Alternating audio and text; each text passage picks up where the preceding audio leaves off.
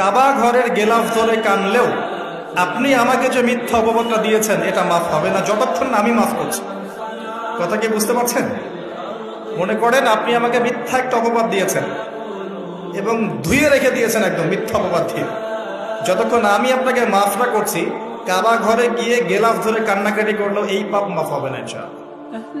এই অবস্থায় মৌত হলে কি হবে? পরকালে দেখবেন আমি দাঁড়িয়ে আছি আপনার জন্য, আপনার হিসাব হচ্ছে, হিসাব শেষ। আপনি সালাত, সওম, হজ জাকাতের নেকি নিয়ে উঠেছেন, কিন্তু দেখছেন আমি দাঁড়িয়ে আছি, আমার মতো আরো 10 জন দাঁড়িয়ে আছে।